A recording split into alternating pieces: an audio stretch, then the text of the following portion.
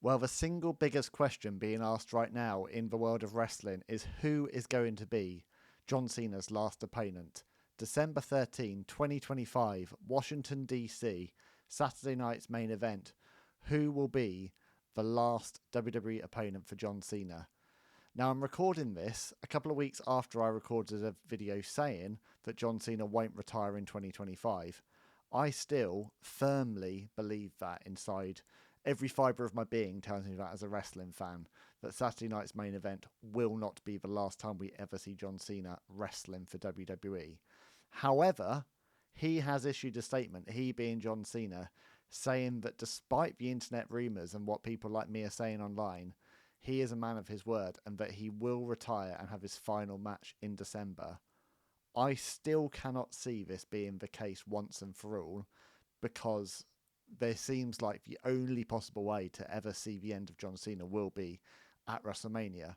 However, the caveat to that is if WWE do manage to pull it off and somehow within the next 8 weeks we work towards Cena versus The Rock, Saturday night's main event, finishing the story.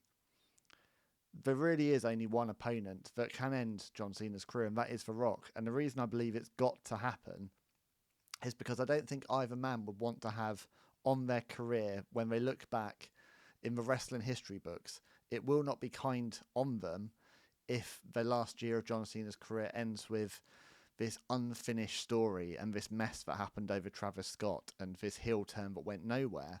I can't believe that either John Cena or The Rock will want that to be the end of their legacy. Currently, they are 1-for-1. The world has been waiting for Rock versus Cena 3 for well over a decade now, and I would be surprised actually now if WWE doesn't manage to pull this off. There is literally no other contender that really feels fitting. I mean, I know the rumours have flown around about Adam Copeland maybe making a surprise return from AEW to WWE. Chris Jericho's name has been thrown around. There's been talk of Dirty Dom. There's been talk of Gunther, Bron Breakker. You know, all these names have been thrown around, but the only name that really makes sense is The Rock.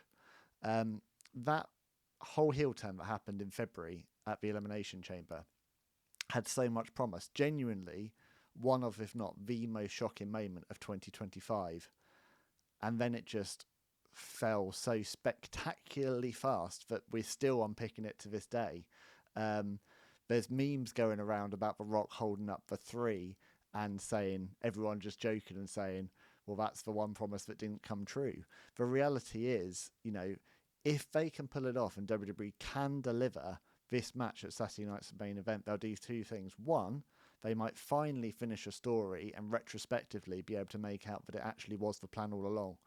2, they will give some value for money for the crazy people who are willing to shell out $12,000 to see Saturday night's main event in Washington.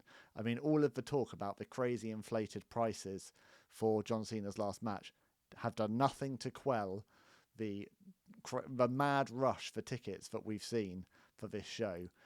I have no doubt that Saturday night's main event, if it's not Cena's final match, it will be his penultimate match. The only way that we get one more Cena match is if somehow we get some WrestleMania showcase down the line, whether that is Saudi Mania and WrestleMania 43, or whether it's a few years later, maybe WrestleMania comes to London and that's the reason we get a Cena callback, or he finally gets to have his last match in Boston, which was obviously the original plan for Saturday night's main event before money stepped into the equation. I'll be really interested to see what happens in the next few weeks. I believe they're going to find a way to pull this off. I think The Rock and Cena both get the value of this, even though Saturday night's main event is a small stage for it, and it's hard to wrap my head around that really being where you would showcase this match. On the flip side, obviously, the television audience is vast, and what incredible exposure for WWE on a television screen. I personally think it will be a WrestleMania match. I think that there might be a teaser, but I think we will probably wait until WrestleMania for that story to be finished. But who knows? That's a great thing about wrestling, isn't it? We never really know. And even when we think we have all the answers, as Roddy Piper would say, they change the questions.